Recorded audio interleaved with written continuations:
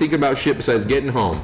All of a sudden, on your way to your car, you decide to take a back alley. Some dude stops you in this alley. What is the most intimidating thing this dude could do? See, that's the thing. Like, to freak you the fuck out in this alley. If somebody, like, pulled out a knife or a gun or something like that, I feel like I'd be ready for that, and I'd be like, okay. And then you could run. Well, that's interesting. I mean, I've thought about this, actually. And I've thought about what I could do to intimidate somebody. Okay. Wait, what? I think if he started just self-harming himself, like if he took a knife and just slowly started, like, shoving it into his shoulder or something. Yeah. Something like that, and he's just looking at you and not making an expression as he's... I don't know, something like that. Something along those lines. You've thought about this, though. Yeah. For me, it's like it's like case, you know, trivial shit. Like if they just did something trivial, like it's more confusing than the blunt anything like violent or threatening. It's always in the trivial shit that it's confusing. It's this when you know that somebody's. I always thought like if they like pulled their pants down, and whipped their dick out, and started jacking off in front of me, I'd be kind of concerned. I'd ask if I could help. I just watched a video like. You need help with that? You did? Some guy was trying to rob another guy, and the other dude ripped his pants down, and the thief ran, like booked it out of, started chasing him down the street with his pants down, and the guy like just the second his pants were down, he took off. I was like, that worked. But see, that's exactly why I said it, because I feel like it's the most unexpected thing you can imagine. So if you're like, someone tries to rob you, you drop your pants, turn around, and start thumbing your asshole or something like that. What's the guy gonna do? What like literally? Pull your hand away? No, he's not. He's gonna fucking run away. He's gonna be like, what the fuck is this guy? I'm out. Yeah. I'm done. He's gonna throw his hands up in the air and say, done, I'm done, and walk away. It's usually work in 95% of cases. So the next time you're getting robbed, pull your pants down and pop your thumb up your ass, and you know what? I guarantee you're gonna freak somebody out. I know Mick would have no problem doing that. Fuck you. I'd probably hesitate. You know what? No, I think Stamper would have no problem. I'm not all into the ass play like Stamper. I'd kind of like slowly pull my pants down, but not in it. He'd have time to like. You'd sensually, slowly unzip. I'd nervously do it where he wouldn't be freaked. You'd have to do it really fast to be freaked out right away. That's true. You have to do it violently. Yeah. Just scream as loud as you can while you're shaking, and then rip your pants off right in front of him. Yeah, helicopter your dick in front of him. That would definitely fucking freak him out. You don't have to do anything sexual. You can just pull your pants down, just drop them like a toddler at a urinal. Yeah. And then just say something like, I am the god of my own world. Yeah, and just stand there. That's true. Yeah, that would work. Yeah. These are all real life advice right here. This is working. You just start helicoptering towards them, and that's right. Like, we're gonna come with me to Valhalla. We're gonna get a letter. With me. We're gonna get a letter later from somebody that's like, dude, that Valhalla thing saved my fucking life. I pulled my dick out and whipped it around. And yeah, or the opposite. I did the Valhalla thing, and the guy chopped my dick off and then fucking shot me. And then he stole my wallet.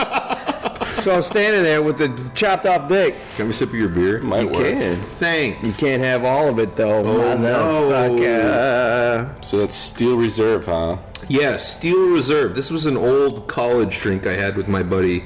Oh, I mentioned him on Twitter not so long ago. My friend Matt. He's actually on Broadway right now. Or he's actually been on Broadway for years now, but he... Broadway, huh? Yeah. It's the poor man's Hollywood. Oh, shit. No, he's a but seriously, he's a good guy. But he was actually the one that got me into a lot of trouble back in the day. He's not all that handsome either. Shut up. But he likes he's a Jew. Was he the dude that told you to jump on the train tracks? Mm-hmm. Yeah. He was the one who got me to jump on the train tracks. His dad was like a psychologist or something like that. And I guess... Tune into the previous episode to get that story. Apparently, I didn't know this, but like if you have a PhD of any kind, if you're a doctor of any kind, you could be the doctor of fucking homosexual dragons. It doesn't fucking matter. If you have a doctorate in something, Good one, Mick. like me, they fucking hand you these, they'll give you like Viagra and or like antidepressant, like all the experimental shit. As long as you have a PhD, it doesn't matter what the fuck you are, they'll fucking give you these weird ass drugs for shit. So like I think his dad was like a psychologist or a psychiatrist, I don't fucking remember, but all I remember is he would get samples for like different kind of like fucking erectile dysfunction drugs and shit. Yeah. And so I think we were doing Coriolanus together And you're doing what together? Yeah, it sounds like a fucking sexual position. It's a Shakespearean play, you fucking uncivilized I didn't barbarians. say shit. Okay, anyways, so we were doing Coriolanus or there was a couple other things we were doing at the time. Anyways, he handed me some of these things, and we would do this thing because we were both poor. But he was like, listen, and we always dared each other to do stuff for stuff. So it was like, jump in the train tracks, I'll buy you a beer. And I'd be like, well, you do this, and I'll give you that. So he was like, listen, I needed breakfast. I did. And he was like, look, I'll buy you a muffin and a coffee if you take this erectile dysfunction drug during rehearsal. And I was like, okay, whatever. Like, honestly, like, you're so poor, it didn't faze you. So I took whatever this fucking shit was, and I remember I got so lightheaded. It was the weirdest fucking thing. I thought I was fucking tripping. I started getting tracers, or are they called tracers? What do you call them in your eyes? Where Floaters. Floaters, yeah. Where I was getting like those little like rainbow shits in my eyes. Mm-hmm. And then apparently, I didn't know this, but he had told one of the cast people, which was a girl, like one of the only girls, that was what had happened. So she did this thing where she was sitting down. It was in a church at the time, but we were on this church pew, and she started like talking to me, like people were rehearsing, and it wasn't our scene. And then you she started. No, I didn't fuck her. What? But she started like rubbing my leg while we were talking. And then you fucked her. No, I never fucked her. All right. God damn it. All right. But anyways. I did get a huge crazy boner, and it was very awkward. And then you fucked her. And then I fucked her. No, I didn't ever fucked her, you fucks. Anyways, this guy, that was the guy. Like, that was the type of shit that ended up happening. Then you fucked him. Then I fucked him. Yes. And then you got new friends that weren't assholes. Right? You know what? At the time, though, because it was a Hey, Mick, you want some breakfast? So after I jumped into the train tracks, I hurt my leg, right? Yo, is there a lighter? Was there a train anywhere nearby, or did you just jump on empty train tracks? No, we were in a subway. And you missed a podcast? It was like 3 a.m. I was with this girl who visited from Washington. And by the way, her father was the vice president of Wizards of the Coast. Anyways, and I didn't even really understand what that meant at the time. I couldn't appreciate it. Back now, I'd be like, oh my god. She's like, he's a president of a wizard. Vice president of Wizards of the Coast. Were you thinking of like literal wizards, or are you just Magic the Gathering, Joan? I know what it is. Anyways, so I was on crutches most of that summer. There was a party at his house. And I remember... This is an Irish story. This is an Irish story. So, Close. From my place, I was in New York, there's the L train. And the L train takes you from 14th Street or whatever, Manhattan, into Williamsburg, right? The loser train. Right after Williamsburg, which is where all the hipsters were born, is Lorimer, and then I think it was Graham, Grand, and then I was on Montrose. That was like the 5th stop, right? Okay. And so we were in Montrose, which is outside of Williamsburg. Williamsburg, like very preppy, like totally safe. Montrose at the time was it was dangerous. So while I was there, Why was it dangerous, Mick? Yeah, Because why, Mick? Because I didn't have you to protect me. Gays aren't threatening. Okay, anyways. What? So what happened was his house was like several stops later, but it was so hot and it was the summer and we had friends and we were all going to walk to his place. Okay. But I was on crutches, so we were walking to his place. On our way to my friend Matt's party, there was a small park ahead of us. We'd maybe gone like a half hour, and the whole trip was maybe like an hour from walking distance. But I was a stupid kid, and I was like, I'll just use my crutches. Halfway across, we get to this park, and we hear what sounds like fireworks. In this little park, had some trees. Kids. Is it daytime? No, nighttime. Kids, because we're going to the party. Gotcha. Kids come running out like fucking spiders in bushes, like just pouring out of this park. Spiders and bushes? I'm from Washington. When I was a kid, we had these bushes in front of our house. Don't tangent. Go continue the original story. Somebody took like a hedge trimmer to these bushes, and apparently there was a spider nest in the bushes, and they just it looked like black water just pouring out of a bush, but it was just baby spiders. We're back on black water again. Oh yeah, back to the water. Anyways, this is a long... okay. Still going. So all these kids start running out of the park. Because of spiders. No, because of the fireworks that were going off in this little park. But it wasn't fireworks. This little black kid hides behind one of the fucking the blue mailboxes. Yeah. The little curved ones at the top. The post office. Yeah. And he goes, "You gotta hide. The gun people are here." And I was like, "What?" And I'm on crutches. So I'm like trying to be like all my friends start running down one of the streets, and I'm like, and I start like running up my crutches, like trying to fucking Your get away. friends just bailed on you? Look, I don't think anyone turned around and was like, oh, we got to get the fuck out. Like, I just think everyone. They just showed up and started shooting. Apparently, no. Apparently, there was actually a gun. Like, some people shot each other in this park on our way to this party. But what happened was The gun people are here. yeah. So anyways, so all the kids run out, and this kid was hiding behind the thing, and I'm sitting there with crutches, like in the middle of the street, and all my friends booked down the street, like past the park, and I'm like, so I'm like sitting there trying. I mean, nothing happened to me, obviously. It's too bad. Fuck you. Killed. Anyways. So that was on the way to his party. Yeah. We get to the party, and apparently he had a bunch of absinthe because the set designers from the Dracula show or some show that we had done, they would make their own absinthe, like flavored absinthe, like different types of flavors. Like, oh yeah, mix here, yay! And I told him the story. He's like, oh, this crazy, blah. But then in front of everybody, he had apparently found some bees, some half-dead bees, and he froze them. This story is like, and he froze them kind of in a straight line, but it's like it's like veering left and then he and put right. it in the freezer, and then because we like to dare each other to do things, he had waited for me to show up just so in front of everybody I would eat the frozen bees. This is an adventure beyond anything I can imagine. And then I ate the bees. I'm going to link them. The reason why I'm telling this story is because I'm going to link them to the podcast because I think he's going to hoot out of it. But anyways, I ate the bees. But initially, I had they're sitting there like, I don't know what happens to your tongue if you eat a fucking dead bee. Like, do you get stung? I don't know.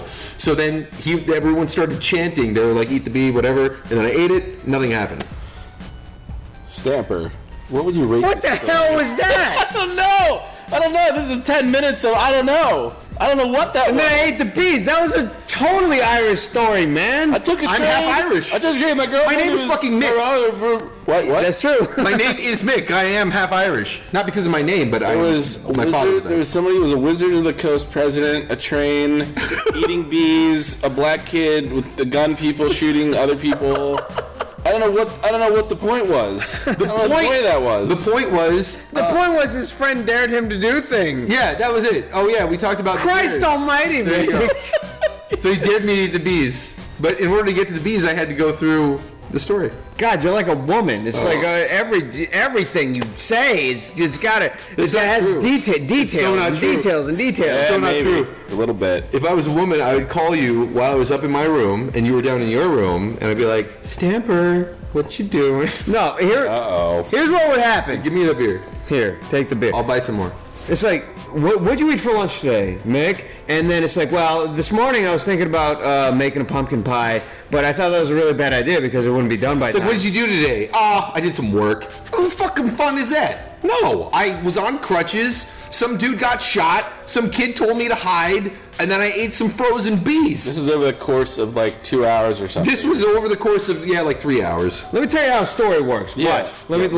Let me show you. Okay, Jeff. You went to the grocery store recently. What did you buy? Hamburgers. Boring. That's a story. No, that's not a story. That's a fucking reciting of a fact. Well, no, but we asked How tall are you? 6'3". Well, we got the information, and really quick, he bought hamburgers. And you know what? I built up the rest in my mind. I was like, holy shit. He brought them home. He put cheese on them, ketchup. Speaking of hamburgers, you like onions? I do. Since never got put back. Onions on them. Shut up. Maybe some marinated mushrooms. Yes. Trying to get hungry. Oh, now you're the storyteller. Now you're throwing all the fucking facts and the little details in there. Wrong. I'm throwing toppings on a burger, my friend. We should film this. Kind of like the movie Clue, where like they keep resetting the end of the movie, like different shit.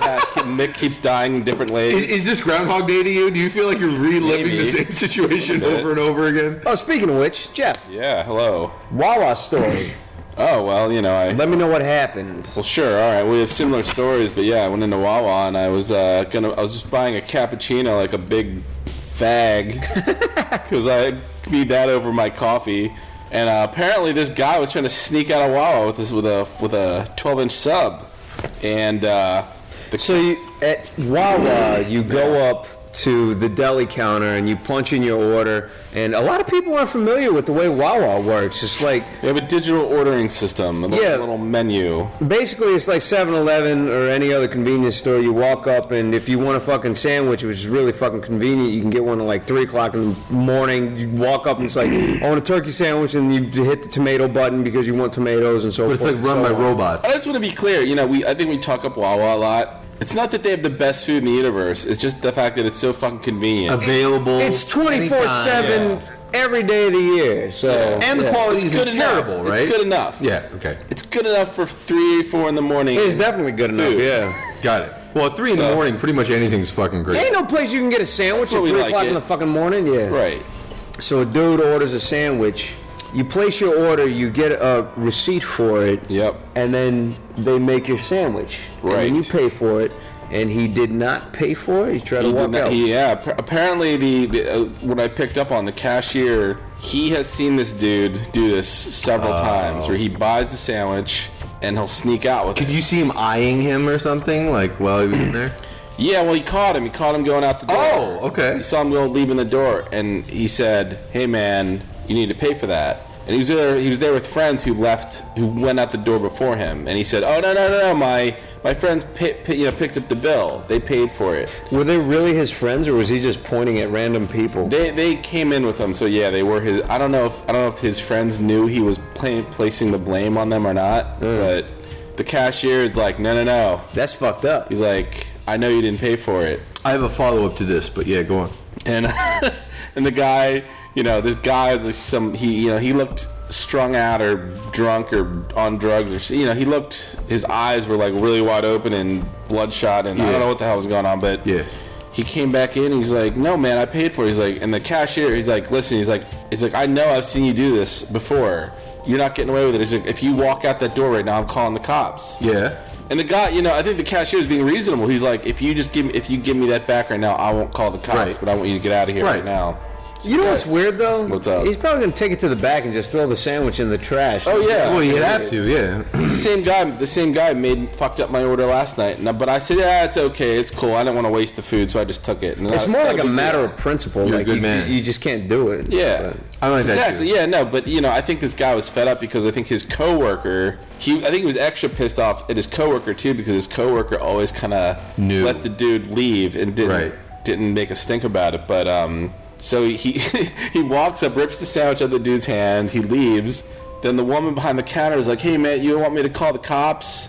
And he's like, "Nah." But then the guy comes back and he's angrier. He's like, "What?" Yeah, he comes back in. The thief comes back. Yes. He really wanted. He's self-entitled motherfucker. He's giving the cashier shit. And what does he say? At first, he's like, I think he was upset that the guy was threatening to call the cops on him, so he's giving him shit about that. And then he leaves again, and then he comes back again. He's like, "You disrespecting me?" And he's saying this disrespect. How can you defend your point? You just try to rob the fucking place. I don't know. He's getting really. And then he starts leaning over the counter at the cashier, and I'm like, and the whole time you're standing there just trying to buy a fucking cappuccino. This is why it's good you carry a gun with you. Like just in case of these. The woman finishes my cappuccino, by the way, puts it on the counter. You need a downgrade to a pistol, though, man. This fucking shotgun's not working. Dude, it's fucking huge. But put a hole in somebody.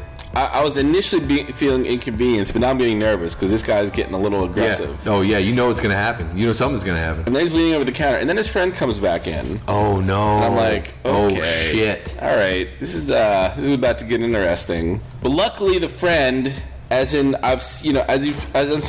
many people I'm sure I've seen this situation, see the drunk friend acting up. Oh, right. And pull him out of the situation. Yeah.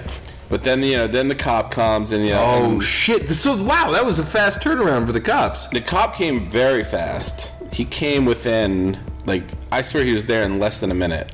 Well, police officer. Yes, the police officer. And this is Glenside though, right? Yeah. Yeah. So there's cops all over Glenside all the time. Police officers. Sorry, if I drive down any Easton Road. At any point in time after 11 p.m., I see at least 4 or 5 cops. Police officers. What did I say? Cops. I think this is technically a slightly lower than normal crime area with high taxes. So I think they have plenty of cops on the. Oh yeah. Plenty of police officers. Yo, they show up at our office all the fucking time. But I do feel safe in the area. I mean, I do. They seem like. I just don't want a speeding ticket. But They come by the office and they bang on the door. I'm like, who is it? Who is it? That's why I don't want you with that fucking blank gun anywhere around. Oh, dude. There's that one time they've come by before. They bang on the door and like, what are you doing here? Mm-hmm. And it's like, oh, we work here. This is our building. It's like, oh, really? Can I come in? It's like, yeah, you can. And this one dude came by once. This one police officer came by once, and he walked around the place. And the first thing I had to tell him was, dude, that's not a real gun. Because it's just sitting there with fucking bullets all around it. But I'm just paranoid as fuck that some cop's gonna come, like Zach, Chris, or Niall are gonna be doing something in here, and a cop is gonna bust in and see that, like Niall just gonna pick up the gun like a joke. He's like, ugh, and like he's gonna get killed. Fucking Hans did that. Do you remember that? Yeah, you wanna tell that story? I wasn't there. I thought. Oh, were you there? No. But okay. A cop actually came up to him. Well, yeah, they were Chris and Hans and I don't know who the fuck was doing it, but they were filming something in the front yard in broad daylight, shooting a fucking pistol that shoots blanks. When it actually worked, were they actually shooting blanks, or was it? Yeah, and then somebody called the cops on them. It was making realistic gun sounds. This is exactly what. Yeah. Dude, no, there's horror stories of people that think that blanks are just blanks and they don't do anything, but they're really dangerous. To test it out, we went to the basement and we drew a face on a piece of paper and we held it up and we pointed the gun right into the piece of paper and the paper fucking exploded. You know, you can do that. You can do that from like into fucking confetti. Dude, you can do that from 10 feet away. That's the biggest problem. Like when I went to acting school, but our teacher David Burmer, he was telling all these horror stories because he used to work on some of the sets of like some of these films. People have killed themselves. Yeah, they have because they'd be like fucking around with their friends and be like, yeah, it's a gun with blanks, and they put it right up to their temple and they fucking pull the trigger, and guess what? Their fucking brains get blown out by air. Like, no bullet comes out, but they can fucking kill themselves with a blank because people are fucking stupid. Or they do it to their friends. Like, oh, check this out. And they fucking pull the trigger on a blank in front of their friends. They fucking blow their eye in or blow their fucking brains out. And their skulls, like, shatter inward. And the one thing I noticed... it's still the air. I feel nervous holding a plastic gun up to my head. Well, the thing there, too, is, like, why even do that? Because I've shot real pistols, and I swear to Christ, that thing over there cracks off louder by 2, 3, 4 times louder than any real pistol would do. Well, probably because there's no resistance. If you have a bullet, I mean, I don't know this for a fact. But like, why would you put that by your ear ever? Right. Why would you put it right? We shot it in the basement. I couldn't hear for 3 days, and that was just from like sound resonating around the fucking place. Yeah. So what happens at the end of the Wawa story? The friend pulls him off, and that's it. I might have gotten that Hans story wrong. It was uneventful, but yeah, the cop. Not to. Did you feel like something could have? If his friend didn't come in, did you feel like something could have happened?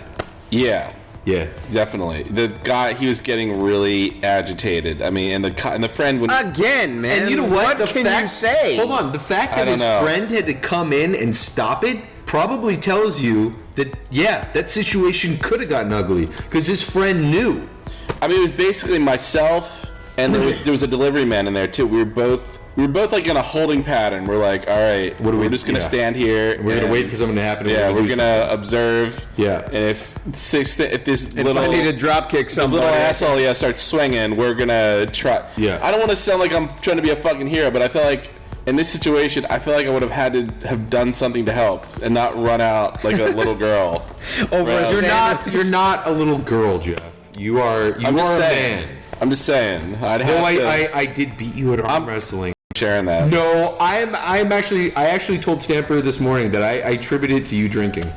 That I was sober when we arm wrestled. I think you just had the edge on me. You just had the edge. I'm telling you, man. None of you went over the top. I'm Chinese, so I have chi power. We'll have a rematch. No, we will, and I think you will destroy me. All right, I'm gonna work. If I hear I'm Chinese one more time to make up for anything you're doing.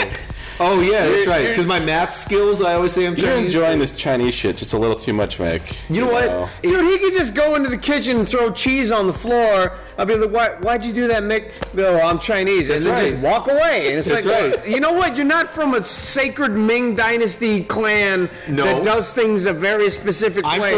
I'm from the sacred Wang Dynasty or Wang Dynasty. No, whatever. Give me that. Anyway, where were we? Well, I'm glad you survived that encounter and that you didn't have to fucking kill somebody. My biggest problem with the whole dude going out of his way to fucking not to steal a disparage sandwich. police officers, guy. I'm not one of these like fuck the police. Ah! I respect police, but this police officer that came in. Yeah. I just want to say, I'm trying to say it as respectful as possible, but if you're a police officer of the law, you'd think being in a reasonable amount of shape is... Dude, once again, there is no reason that triple XL police officer uniforms need to exist. I don't know how you could walk in with a huge... This dude had an enormous beer gut. I saw a cop the other day that had breathing problems. He could barely walk, and he's got his full gear on and his fucking... Why are they making... Police officers should be... I wouldn't say feared, but you should look at a police officer with respect. You should be like, holy shit. That should be like a profession that you want to get into. Like something that's like, oh shit, when I'm older, I'm going to be a cop. But Jesus Christ, that's man. the same thing with PE teachers. I've had more out of shape phys ed teachers than I've had in shape phys ed teachers. Full stop. How can you be a morbidly obese police officer? It doesn't make any sense. See, the thing with this guy was he was sick, like 6'4". He wasn't even morbidly obese. It was just a dude that looked like he went home at night and drank beer and did nothing else. Like, this guy could clearly... Like, he had the frame to be like a monster if he wanted to be. He could be this huge, and he may have dude. been at one point. But my man's got like handfuls of Doritos and just... Yeah, he just waddling around lazy. The way you did that, handfuls of Doritos, I thought you meant like he had handfuls of titties. That's the way you did that. It looked like he was holding his own boobs. Not in his shape. Oh, yeah. And even though this dude was like way taller than me, I'm looking at him I'm not even scared of you. It's like you don't look intimidating at all. Yeah, when you see a cop, when you see a police officer and he's like, his pistol's unbuttoned and he's just waddling around the store and he's trying to get away with free Wawa sandwiches. As our point was, your actual life depends on your physical, your ability to do physical abilities. You'd think you'd put a little more stock in that, right? Yeah, but unless your shield and your gun are enough. Anyway, all right, well, you could share your little anecdote about you have the same story from San Diego. Oh yeah, so and it was always at this one 7-Eleven that was in the middle of Little Italy, the middle of Little Italy. Okay. The middle of Little Italy. You like saying that. The middle of Little Italy. The middle of Little Italy. All right. Anyways. Not bad. But yeah, the first time I saw that, it's like, just bums walking in and fucking stealing shit. And what they did, they just pick up things and put in their bags and whatever. But the second time I saw it, it was really weird because I showed up at the 7-Eleven like 8 o'clock in the morning. And I go there. I was just looking for a pack of smokes, some Gatorade, because I was hungover from the night before. Yeah. And I walk up and I hold the door open, and it took me a second to realize what was happening because it doesn't happen very often in my life. But the cashier is standing outside and she's fist fighting with somebody that just robbed the place. All She's right. standing right in front of the door. Yeah. And I'm sitting there looking at him. And she was like, "You motherfucker, give it back! You motherfucker, give it back!" And I was like, this is really weird. I don't understand what's going on here.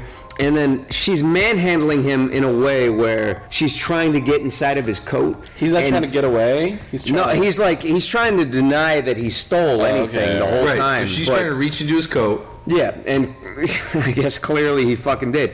And then she pulls out this fucking stack of lottery tickets. That's got to be like 50. Shit. I don't even know. They're pieces of paper. So Right. it could be like 100 deep. It was like a fucking inch and a half Brick thick. of fucking tickets. Which, this whole situation blows my fucking mind because A, they keep lottery tickets behind the counter. They're just not out somewhere. Are they like scratch-off ones? Not that it The matters. scratch-off ones, yeah. Yeah. Like the ones with all the colorful graphics and shit on it, and you do whatever the fuck you want. Yeah. And I'm wondering, like, how often this happens. But I want to know how the fuck he even stole them in the first place, because they're up under. Yeah. You almost have to go behind the counter to steal that shit. I thought there was some kind of like thing where like it's almost like an Apple credit card or like an Apple card where like a gift card where like if it's not activated by the cashier or something like that, then it isn't even fucking legit. Like it's not in the system. Like you could pull out, like you could just grab a stack and you could scratch them all off. And I know. If you didn't pay for them, it's not in the system, so therefore it's not it can't be registered. Exactly. So right. I thought something like that. If he won, like he couldn't bring it back to 7-Eleven to claim his fucking winnings, right? I mean, that wouldn't make no sense. I don't think so. I feel like every single time, anytime it's a lottery of any kind, like they track that shit. That's what I thought, that they track that shit. I don't know. So she's fucking manhandling him. She pulls out a brick of lottery tickets from this guy's jacket or whatever. Right, and then the process worked like this.